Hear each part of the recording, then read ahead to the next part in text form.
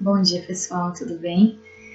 Eu sou a professora Marcela, sou professora de Ciências da Escola Notre Dame e estou aqui hoje para conversar com os meus alunos de 8º ano, visto que nós não estamos tendo, aulas presenciais, então nós estamos aqui em mais uma atividade não presencial.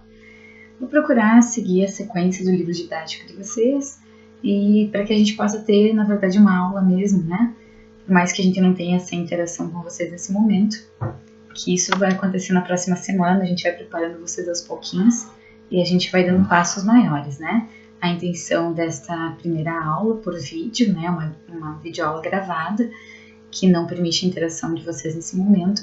A intenção para a próxima semana é que a gente consiga fazer uma troca maior com vocês, estando todos online ao mesmo tempo, onde a gente possa conversar. Mas até chegarmos lá, acredito que precisamos desenvolver um pouquinho mais o nosso conteúdo, para daí então chegar um momento dessa troca de informações em que a gente possa estar dialogando, tirando dúvidas, Acho isso mais pertinente. Então eu coloquei aqui para vocês, só para a gente entender o nosso conteúdo, nós estamos dentro de uma unidade temática chamada de Vida e Evolução, tá? Das habilidades da BNCC destinadas ao 8º ano, aquelas referentes à unidade temática da vida e da evolução estão relacionadas, estão intimamente ligadas, à qualidade de vida, que a gente tanto fala com vocês, a conscientização dos adolescentes, sobre a importância de conhecer o corpo, de cuidar dele, então muito em função da formação de hábitos saudáveis, de autocuidado. E para isso nós estamos estudando os sistemas do nosso organismo, Nós começamos lá falando sobre alimentação, sobre dieta equilibrada, hábitos saudáveis em relação, à nossa dieta. E agora a gente vai falar um pouquinho sobre o sistema circulatório, sistema linfático, sistema urinário, que eles se relacionam, na verdade, com o sistema digestório e o sistema respiratório também. Por quê? Porque através do nosso sangue, a gente tem ali um esquema na página 51 do livro, ele está mostrando para vocês um bonequinho e tem uma legenda com cores diferentes. A primeira legenda do sistema circulatório em vermelho, sistema respiratório em azul, sistema digestório em laranja e sistema urinário em amarelo. E lá fala que todos esses sistemas se relacionam e que eles permitem o quê? As trocas de gases, Ao sistema respiratório. Estou inalando, Inalando o quê? Uma mistura de gases que tem na atmosfera. Mas o gás que vai passar para o meu sangue, a gente já comentou isso, é o oxigênio, Quando a gente exala, o que sai? O gás carbônico, Resultado do metabolismo das células. Então, há uma troca de gases, que passam do pulmão lá nos alvéolos pulmonares para a corrente sanguínea, o coração que bombeia esse sangue, A absorção dos nutrientes, que a gente comentou lá no nosso intestino delgado, Que é o principal local onde ocorre a absorção desses nutrientes que passaram pela digestão através das enzimas, Aí a troca de substâncias com as células do corpo, então através do sangue, o sangue é um veículo no nosso organismo, através do sangue, então, vários nutrientes, os gases, a glicose, que a gente tanto fala dela para respiração celular, produção de energia, que é bem importante, transferência de substâncias para a urina, também eliminamos compostos que não são mais úteis ao nosso organismo, como, por exemplo, compostos nitrogenados, A gente elimina o quê? A gente elimina, quando a gente faz exame de urina, a gente tem lá a dosagem da ureia, Então, nós mamíferos eliminamos ureia através da urina, que é um composto nitrogenado que o nosso organismo, o fígado trabalha para transformar, esses compostos nitrogenados, a gente acaba eliminando a ureia através da urina. Tudo bem? Então, eu gostaria que vocês acompanhassem, vai ser uma aula como se nós estivéssemos juntos. Eu não preparei um roteiro, como deveria ter feito, porque eu gosto que a coisa seja um pouco mais espontânea, Então, eu gostaria que vocês acompanhassem com o livro didático de ciências, na página 51. Lá a gente tem a visão geral da atuação do sistema circulatório. Lá vai falar o quê? Que o sistema circulatório ele é composto pelo nosso coração, pelo sangue, duas coisas, e a terceira coisa, pelos vasos sanguíneos, Que tem diferente calibre, que tem várias diferenças estruturais e histológicas aí que a gente vai conhecer posteriormente. Mas o nosso coração nós sabemos, ele é formado por músculo, Ele contrai, ele relaxa e ele é chamado de uma bomba muscular. E ele não para, né, o tempo todo, ele continua, se espera, pelo menos, né, que ele continue o tempo todo funcionando, o tempo todo contraindo e relaxando e mandando sangue, né, com pressão para todas as partes do nosso corpo, certo? O sangue, o que é o sangue? Ele é formado por células sanguíneas, certo? A gente já conhece, a gente fala ainda assim um pouco mais, de uma forma mais resumida, mais sintética, assim, a gente fala em glóbulos brancos, que fazem a defesa, glóbulos vermelhos, que são as hemácias, né, que transportam o oxigênio pelo nosso sangue, e a gente fala nas plaquetas, que a gente já comentou em outra aula, que fazem parte do nosso processo de coagulação do sangue, né. Então essas seriam as principais células sanguíneas que nós temos, né, e também a parte líquida do sangue, que é chamada de plasma, correto? E aí os vasos sanguíneos a gente conhece artérias e veias, né? Então não é veia e artéria, isso não existe. Ou é artéria ou é veia, correto? Elas têm diferença sim no tipo de sangue que carregam, na pressão sanguínea existente ali dentro desses vasos, histologicamente também, nas camadas que elas têm de túnicas, né? De músculo, de como elas são elásticas. Então, tudo tem diferença. Mas a gente tem vasos também que vão diminuindo de calibre, que vão se ramificando. Então, as artérias vão se ramificando em arteríolas, depois em capilares arteriais, as veias vão se ramificando em vênulas, em capilares venosos. Então, daqui a pouquinho a gente vai aprofundando mais. Aí fala sobre o sistema circulatório, que ele transporta substâncias. Isso já está bastante claro para nós que viemos estudando. O sistema digestório nós já tínhamos estudado em aula presencial, né? Já sabemos que os nutrientes lá do intestino são absorvidos para a corrente sanguínea, lá nas vilosidades e microvilosidades intestinais, e que depois esse sangue ele é distribuído para todas as partes do nosso corpo. Esses nutrientes são levados até as células do nosso corpo, correto?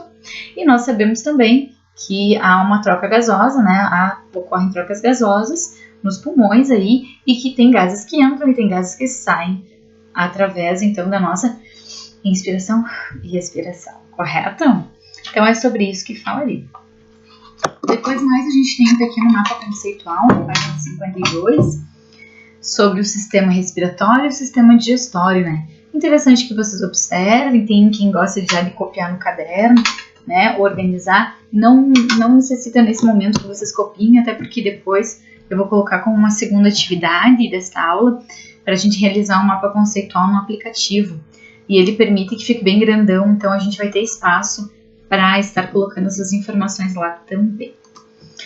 Tem aqui para vocês o esquema do sistema circulatório, né? Vocês vão ter aí o coração, as veias cava, veia cava superior, que traz o sangue, né? Das partes superiores da cabeça, membro superior até o coração, e da veia cava inferior, que traz de volta para o coração aquele sangue pobre em oxigênio que vem dos membros inferiores e de todos os órgãos, enfim, tudo aquilo que nós temos abaixo do nosso coração. Tudo bem?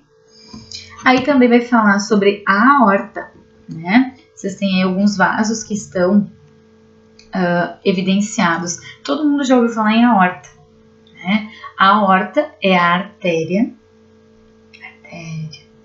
É a artéria que vai levar o sangue oxigenado do nosso coração para todas as demais partes do corpo. É ela que vai chegar lá no dedão do pé? Não. São ramificações depois dessa artéria aorta, obviamente. Vocês têm também a localização do coração. O coração ele tem o tamanho do nosso punho fechado, certo? Ele se localiza no meio do peito, embaixo do osso externo, aqui no meio do peito, se vocês apalparem, vocês têm um osso, né, que é o osso externo, onde se ligam as costelas. Então, o nosso coração ele fica entre meio os dois pulmões, mais voltado, tem uma pontinha do ventrículo mais voltada para o lado esquerdo, certo? E embaixo dessa proteção óssea. Então, o nosso coração é bem protegido, né? Tanto que quando se faz cirurgia cardíaca, tem que fazer o quê? Serrar esse osso no meio do peito, para poder abrir a caixa craniana aqui, né? As costelas aqui, caixa craniana é boa, craniana aqui. Abrir essas costelas para chegar até o coração, né? Para conseguir, enfim, fazer transplante, fazer alguma cirurgia de substituição, pode ser de válvulas do coração e etc. Então, o coração fica no mediastino.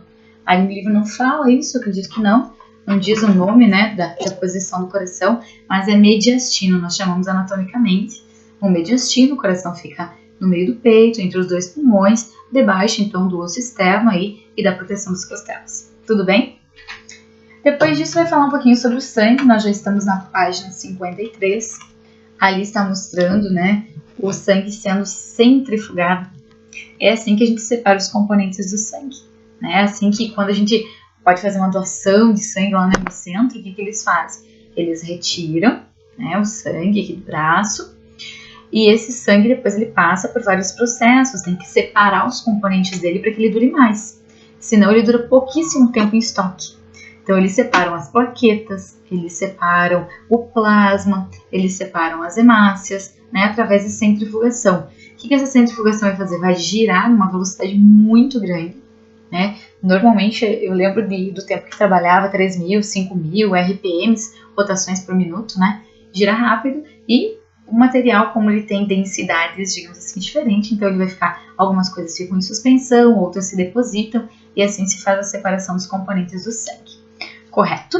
Então vocês têm aí a técnica de centrifugação para separar os componentes do sangue. Vocês têm aí que a parte avermelhada que se separa do plasma, né? O plasma, novamente repetindo, é a parte líquida do nosso sangue, é feita por células, né? Essa parte avermelhada, glóbulos vermelhos e os glóbulos brancos. E por fragmentos celulares, que são as plaquetas, tá? É interessante que se tenha essa noção que os glóbulos brancos são as hemácias. As hemácias a gente já comentou que elas são formadas pela hemoglobina, né? A hemoglobina contém ferro na sua composição, ela se liga ao oxigênio, transporta o oxigênio para as nossas células. Lembrando que esse oxigênio ele é fundamental e essencial para que ocorra a respiração celular, né? Respiração celular, que as células fazem, um mecanismo bioquímico para a produção de energia, né? Produção aí de ATPs, né? De energia, de moedas energéticas para a célula. E aí depois, separando esses elementos celulares, se tem plasma sanguíneo, né? Plasma sanguíneo, então, que é a parte líquida do nosso sangue. Aí vocês têm isso. Os glóbulos brancos, a gente já comentou que eles fazem a defesa, né? E aí é muito mais complexo. A gente chama de glóbulos brancos uma gama de células que participam desses mecanismos de defesa do nosso sistema imunológico, desde linfócitos, que vão produzir proteínas, que são os anticorpos, que têm uma alta especificidade com os antígenos, que podem adentrar o nosso corpo, uma bactéria, um vírus, né? Agora que a gente está falando sobre, né? Não queria comentar muito, mas enfim, sobre a questão do coronavírus, né? Então, o que uma vacina faria? Uma vacina teria esse vírus atenuado, ou parte dele, ele causaria uma sensibilização no nosso sistema imunológico e a gente produziria anticorpos contra esse vírus. É o que se está tentando desenvolver essa vacina. É assim que as vacinas funcionam, atuando na prevenção, certo? De doenças.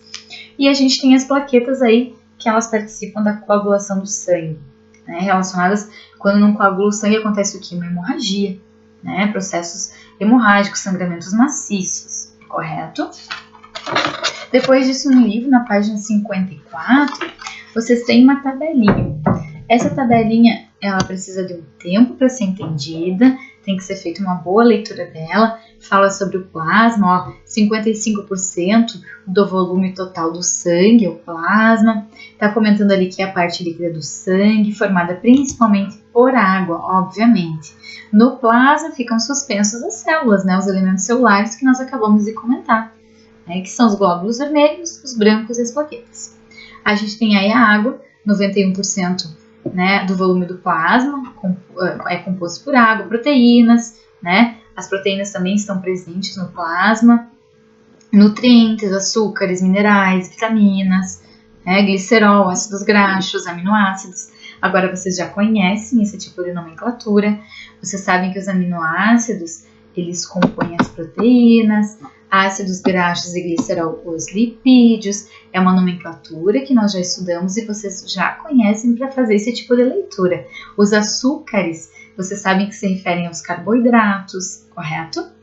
Gases dissolvidos, obviamente, né? No sangue, a gente tem oxigênio, tem gás carbônico, gases dissolvidos. e excretas, produtos que nós vamos excretar, que o nosso corpo não vai fazer uso, alguns sais minerais, né? Esses compostos nitrogenados que eu comentei que são eliminados através da nossa urina, então produtos de excreção. Tudo bem? Então aí vocês têm, e os elementos celulares, vai falar sobre cada um deles, ó. Glóbulos vermelhos, que são chamados de eritrócitos ou hemácias. Aí vocês têm a quantidade deles, né, por milímetro cúbico de sangue. Vocês têm toda a função, podem ler, mas está grifado que a função dos glóbulos vermelhos é transportar o oxigênio.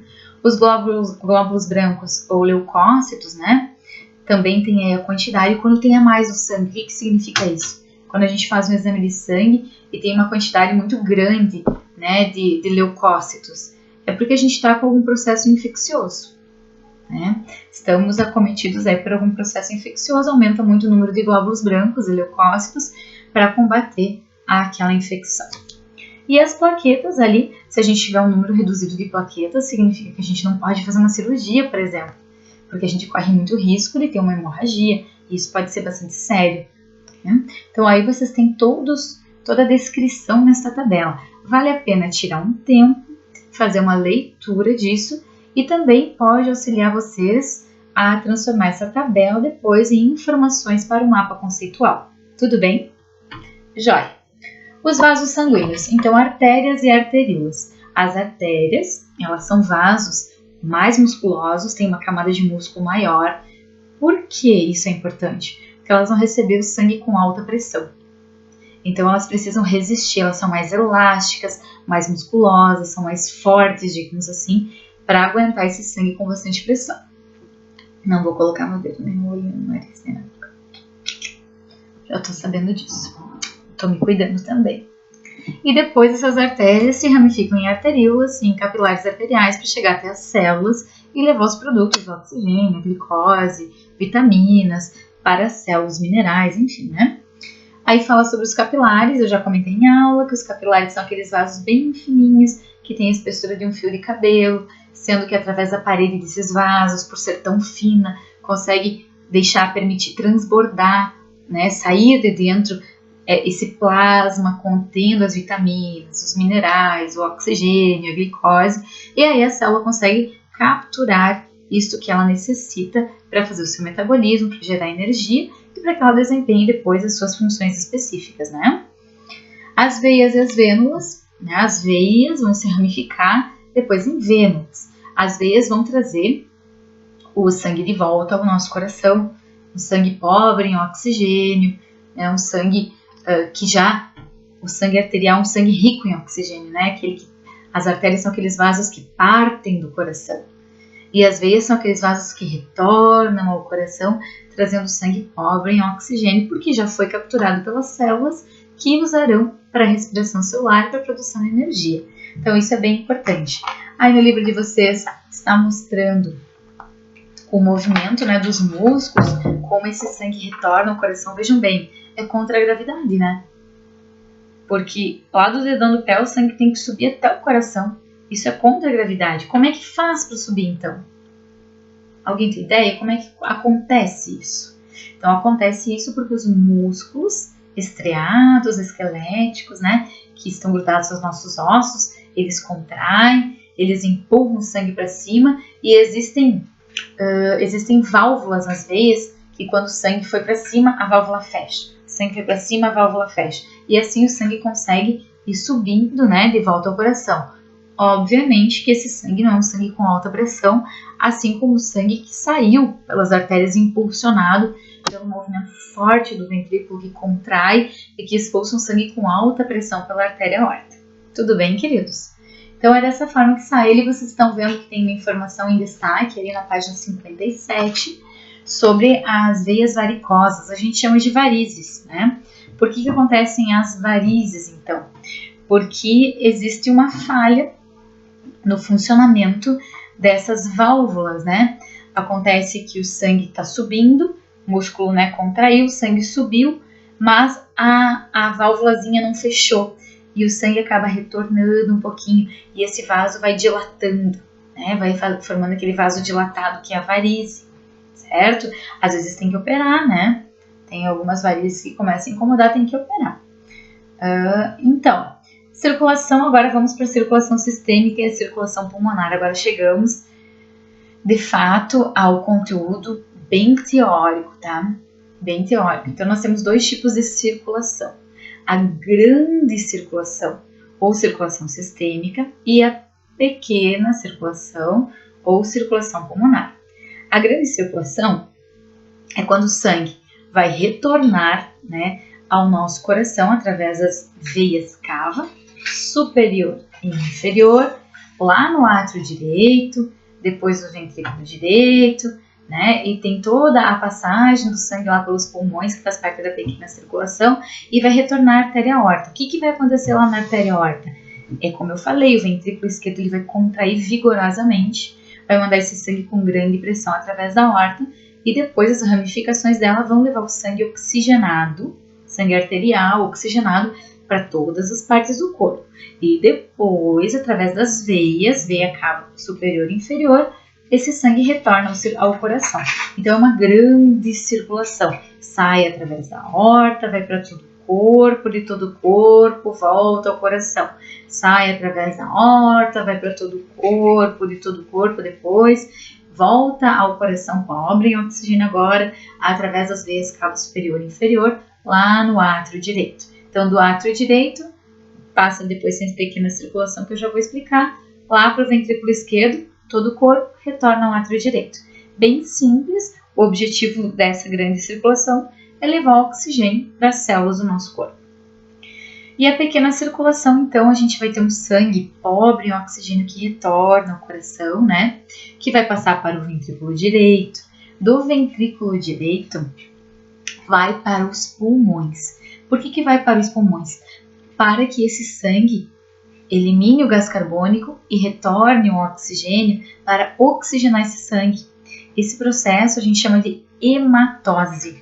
Hematose, então, ocorre nos pulmões, né, nos alvéolos pulmonares, que estão rodeados de capilares sanguíneos. É quando esse oxigênio passa do alvéolo para os capilares e o gás carbônico passa dos capilares para os alvéolos pulmonares. Então, essa troca gasosa que acontece com oxigênio e gás carbônico é que a gente chama de hematose. Depois disso, o sangue é um sangue rico em oxigênio. O sangue, né, já é um sangue oxigenado, digamos assim. Então, através de quais vasos do ventrículo direito? Artérias ou veias? Aí que tem uma exceção à regra. Qual a regra que a gente chama? A gente sempre diz que as artérias carregam sangue rico em oxigênio e que as veias carregam sangue pobre em oxigênio. Até na aula anterior eu dei indicação para vocês para copiarem o esquema da página 59 no caderno e respeitarem as cores, porque a gente representa em azul o sangue pobre em oxigênio, que é um sangue venoso, e em vermelho a gente representa, né, o sangue arterial rico em oxigênio, correto? Só que existe uma exceção a essa regra. Qual que é a regra que tem maior clareza, né, que nós devemos usar? Que artérias são os vasos que partem do coração e veias são aqueles vasos que chegam ao coração, ok? Por que disso? Por causa da exceção à regra. Então, as artérias pulmonares, elas levam o sangue pobre em oxigênio do ventrículo direito até os nossos pulmões. Depois da hematose, que são as trocas gasosas que eu comentei, o sangue retorna ao coração lá no átrio esquerdo, rico em oxigênio, através das veias pulmonares. Rico em oxigênio, através das veias pulmonares. Então, essa é a exceção. Artérias pulmonares carregam sangue pobre em oxigênio. Veias pulmonares carregam sangue rico em oxigênio. Mas é só essa exceção. As demais veias do corpo carregam sangue pobre em oxigênio e as demais artérias do corpo carregam sangue rico em oxigênio. Então, só temos que ter esse cuidado porque existe essa exceção à regra. Depois do átrio esquerdo, passa para o ventrículo esquerdo e do ventrículo esquerdo, através da aorta, a gente tem esse sangue oxigenado indo para todo o corpo. Então, a pequena circulação pulmonar é quando sai ali do ventrículo direito, vai através das artérias pulmonares para os pulmões, sofre a hematose, volta ao átrio esquerdo através das artérias pulmonares, através das veias pulmonares, viu como é difícil? Através das veias pulmonares até o átrio esquerdo, agora rico em oxigênio. Por que é pequena a circulação? Porque é um caminho pequeno, né? Do ventrículo ali, do direito, até os pulmões, o átrio esquerdo. Então, é um caminho pequeno, pequena circulação ou circulação pulmonar. Faz bastante sentido, né? E grande circulação vai para todo o corpo, sangue rico em oxigênio, ou circulação sistêmica, todos os sistemas do nosso corpo e retorna depois ao coração para ocorrer hematose de novo na pequena circulação novamente. Esse processo continua se repetindo, né? Se repetindo continuamente, graças a Deus. Então, vocês têm aí na página 57 o esqueminha do coração, com os dois tipos de circulação, circulação sistêmica e circulação pulmonar, para a leitura de vocês. Fala sobre, na página 58, sobre as cavidades do coração.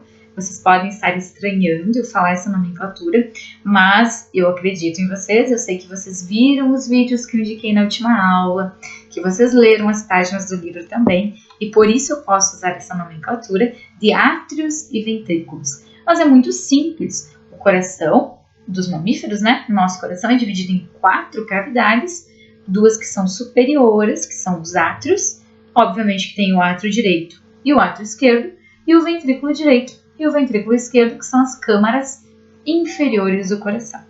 Tudo bem? Então, átrio direito, ventrículo direito, átrio esquerdo, ventrículo esquerdo. O que é importante que vocês saibam aqui e que está no esquema da página 59. Aquele esquema é importantíssimo para mim. Ele está todo numerado, ele mostra para vocês os caminhos do sangue, certo? Isso é bem importante. O trajeto completo que o sangue faz. Nos 2 tipos de circulação, na pequena circulação e na grande circulação. E aí os vasos estão identificados. Que vasos vocês têm que saber? Veia cava superior, veia cava inferior. Depois vocês têm aí a aorta, né, que sai lá do ventrículo esquerdo, e vai falar sobre capilares, certo? Os capilares que vão ter esse contato mais íntimo com as nossas células para levar os nutrientes, os gases, vitaminas, hormônios, etc. Então eu gostaria que vocês novamente dessem uma olhada no esquema da página 59. Eu mandei para vocês videozinho de animação sobre isso, acho bem importante que tenham visto. Depois na página 60 fala sobre hipertensão, uma doença crônica, né? Que exige que a pessoa tome medicação, que ela tenha cuidados, e a gente chama popularmente a hipertensão de pressão alta, né? Aí o doutor tá aferindo, né? Não vai tirar a pressão de ninguém, que não tem como, senão morre, né? Ele está aferindo a pressão, medindo a pressão do indivíduo, né? Coloca aquele aparelho, é no braço esquerdo, né? Aqui por causa aqui da artéria, né? Então, o que vai acontecer? Aquele aparelho que aperta aqui o braço, né? Fica apertando bem, tem uma bombinha que vai apertando, vai enchendo aqui, ele aperta aqui o braço. É o esfigmomanômetro. É um nome meio esquisito, né? Mas é esse. O que acontece? Ele vai trancar aqui a passagem da artéria. Ou é da veia? O que é ali? O que tá dizendo ali, ó? Ó, pressão arterial. Tá? A pressão arterial muda durante os movimentos do coração.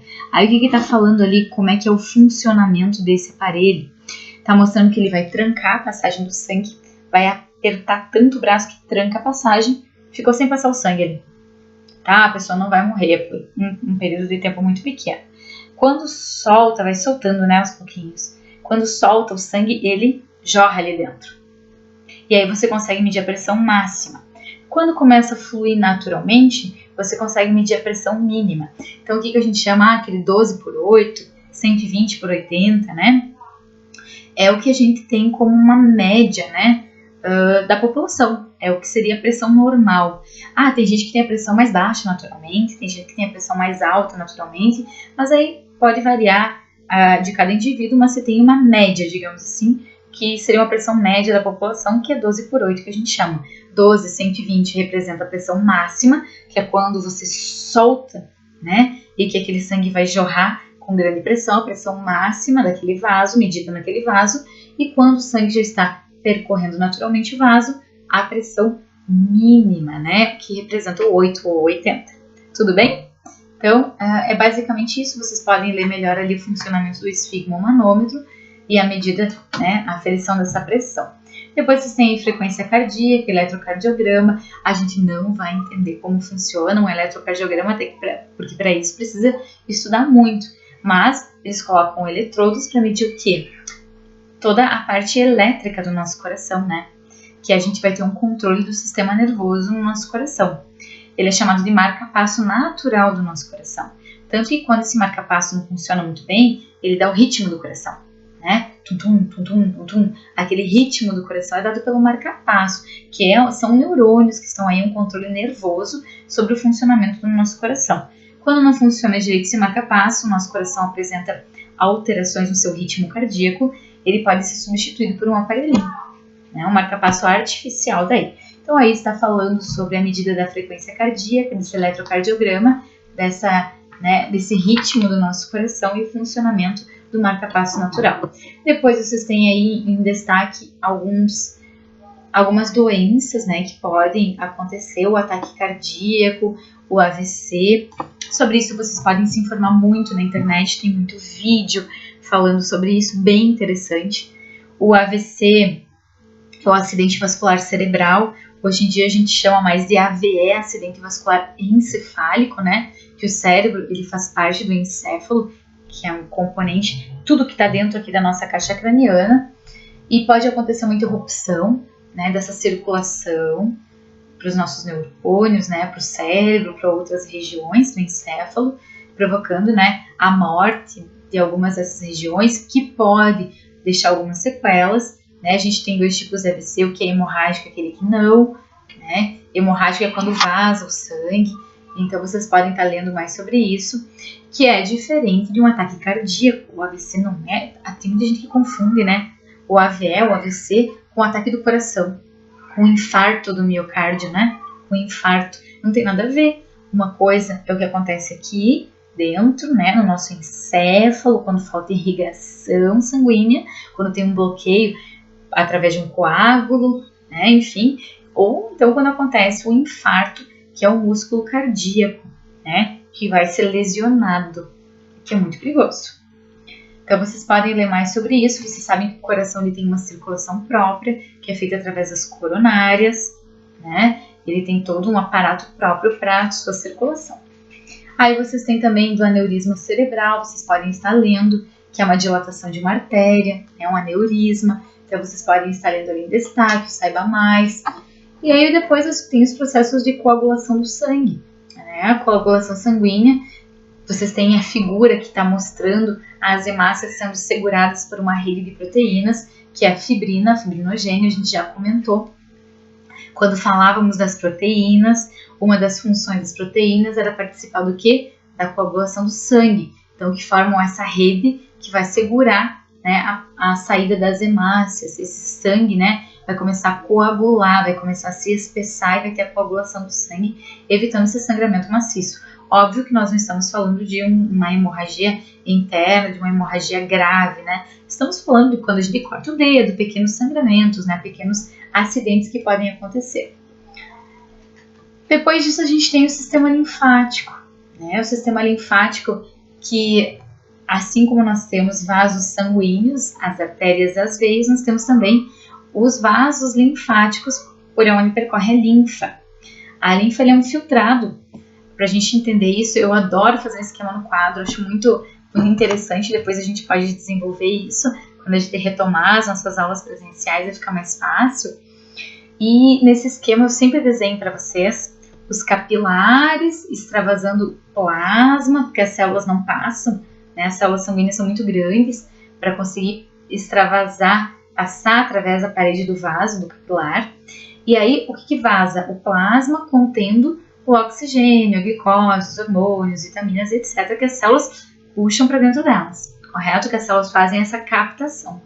E tem sempre um líquido que sobra ali, esse plasma que extravasa, parte dele através de uma pressão osmótica, volta para dentro do vaso, né? Mas uma parte acaba ficando no tecido, né? Entre as células, nesse líquido intercelular que a gente chama, né? E esse líquido é drenado pelo sistema linfático. Vai recolhendo esse líquido, vai recolhendo, porque se ele não recolhesse, ele ia provocar edema, inchaços, acúmulo de líquido, né? Isso não pode acontecer. Então, o sistema linfático, ele acompanha o sistema circulatório e ele faz a drenagem desse líquido que fica no tecido. E depois ele leva para os nódulos linfáticos, que vão filtrar e devolver para a veia, tá? Devolve para a nossa circulação. Então, é um sistema que acompanha. O que acontece de bem importante nesses nódulos linfáticos? Acontece filtração da linfa.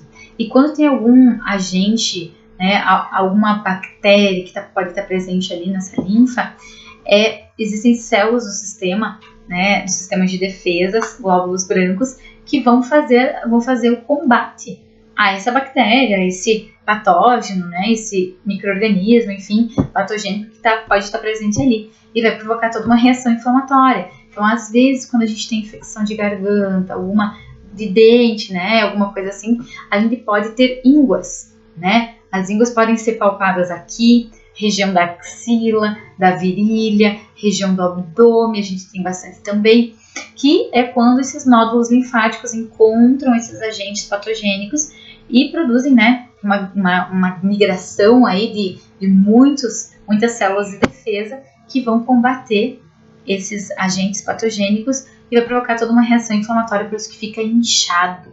Então, essas popularmente a gente chama de íngua, nada mais são do que os nódulos linfáticos combatendo, né, esses agentes patogênicos que poderiam provocar, então, infecções no nosso organismo e tudo mais. Então, um sistema acompanha o outro.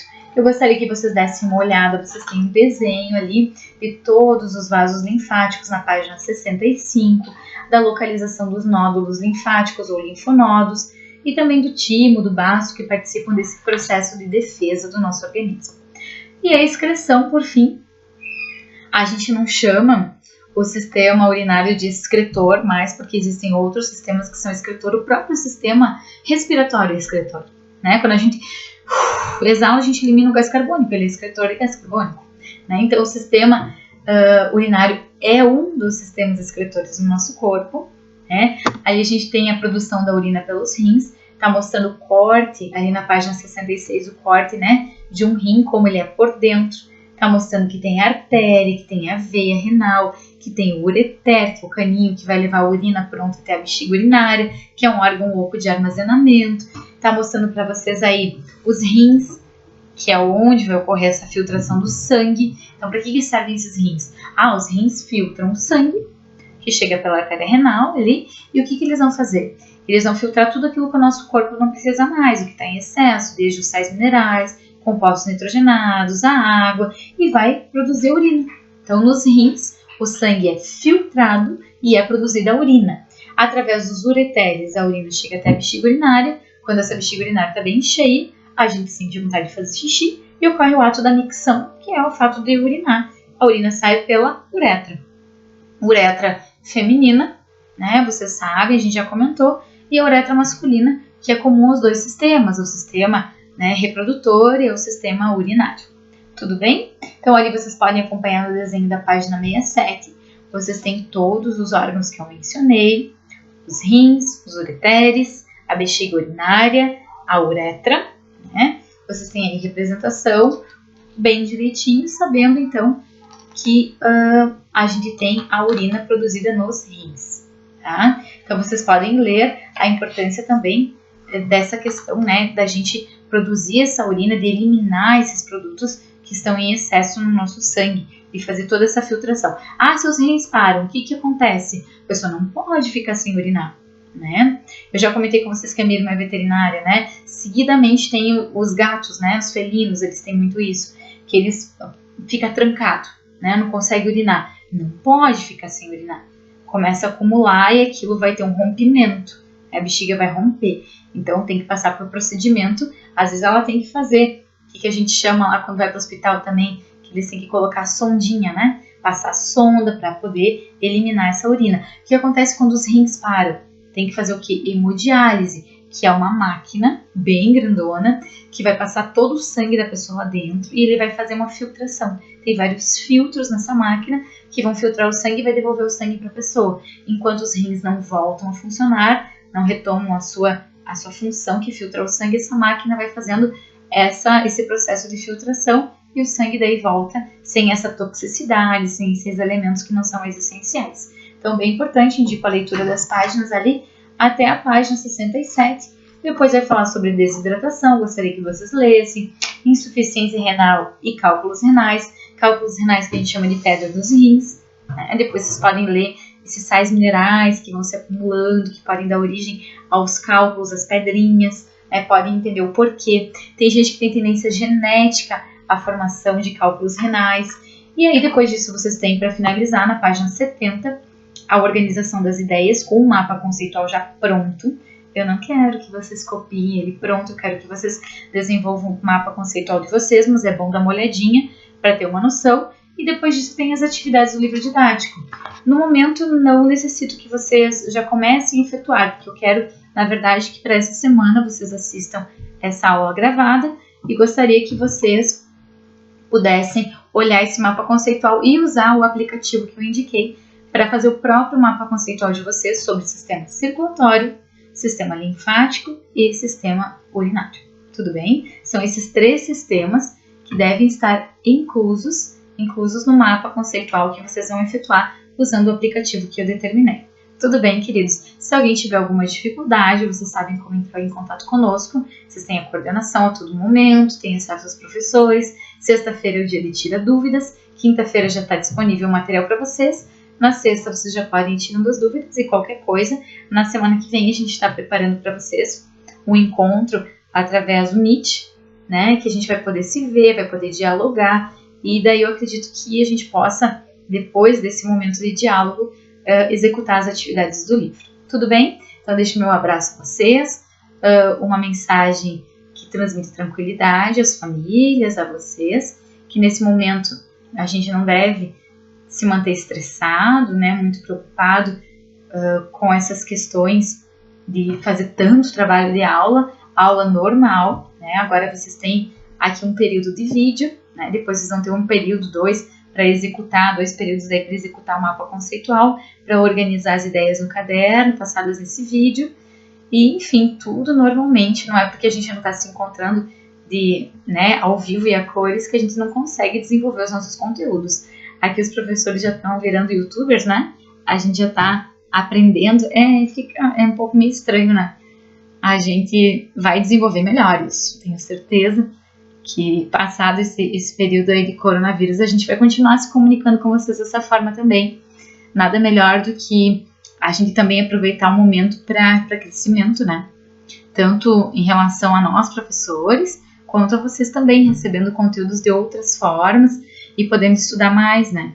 Sempre vejo a importância da gente estudar, fazer leitura e não ter nesse sentido, eu tenho que estudar cada vez mais, isso tem que me aterrorizar. Não, eu tenho que manter a tranquilidade, a organização, certo? Dessa forma eu consigo fazer todas as atividades, ter tempo para lazer, ter tempo de descanso, que é bem importante nesse período. Então eu desejo que todas as famílias de vocês estejam seguras em casa, né? A Pro também está. Eu vim aqui para o interior, no Maximiliano de Almeida, eu tô aqui com a minha filha, porque ela é pequena, então aqui tem mais espaço para brincar. E a gente consegue gastar um pouco da energia acumulada dela. Tá bem bom de ficar por aqui. Eu tô com saudade de estar na escola, de estar trabalhando naturalmente, né? Porque é o nosso dia a dia, então a gente sente falta disso. Mas eu tenho certeza que o que nós estamos fazendo é o melhor, é o correto nesse momento.